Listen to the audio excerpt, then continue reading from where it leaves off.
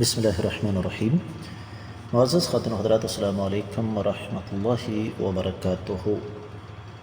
آپ کو یہ سن کر حیرت ہوگی کہ انسان کی روزمرہ زندگی میں کچھ جرائم ایسے بھی ہیں جن کی کوئی سزا نہیں ہوتی۔ اب آپ کہیں گے یہ کیسے؟ یہی ہمارا اصل میں آنے والی احادیث کا موضوع ہے کہ کچھ جرائم ایسے جن کی سزا نہیں ہے، اور اس کی وجہ یہ ہے کہ ان جرائم میں انسان کا اپنا قصور نہیں ہوتا۔ اس کی مثال آپ لے لیں کہ کوئی آدمی سڑک پر سفر کر رہا ہے، سڑک بنانے والوں نے انسانی حد تک مکمل تسلی کی، جو کچھ بھی کارپیٹ ڈالنے سے پہلے نیچے ڈالا جاتا ہے وہ بسر ہو، بسر کے اوپر پھر اس کی رولنگ ہو، بڑی بڑی بھاری گاڑیوں کے ذریعے اس کو دبایا جاتا ہے، پھر اس کے اوپر دیگر چیزیں ڈالی جاتی ہیں۔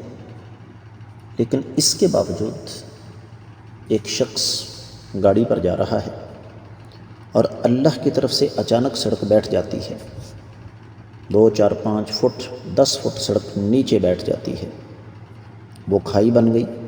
ابھی اس آدمی کو پتہ اس وقت چلا جب یہ بالکل کھائی کے کنارے پہنچ چکا تھا، گاڑی رک نہیں سکی، یہ اس کھائی میں گر گیا۔ اب کیا خیال ہے، اس آدمی کی موت کا ذمہ دار سڑکوں کا جو محکمہ مواصلات ہے، ہائی وے ڈپارٹمنٹ، کیا اس کو قرار دیا جائے گا؟ کیا سڑک بنانے والا انجینئر اس کا ذمہ دار ہوگا؟ یقینی طور پر نہیں۔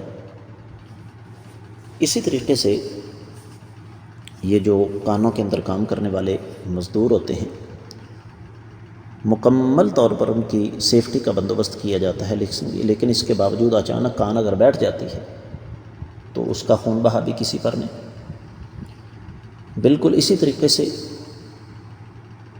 جانور چر رہے ہیں، کوئی آدمی پاس سے گزرا تو کسی جانور نے اس کو ٹکر مار دی، اب جانور کے مالک پر تو اس کا خون بہا نہیں ہوگا۔ تو آنے والا باب انشاءاللہ اس موضوع پر ہے۔ میں امید کرتا ہوں کہ انشاءاللہ آپ حسب معمول توجہ کے ساتھ سبق کو پڑھیں گے۔ اس کے ساتھ ہی آج کے سبق سے اجازت دیجیے۔ السلام علیکم ورحمۃ اللہ وبرکاتہ۔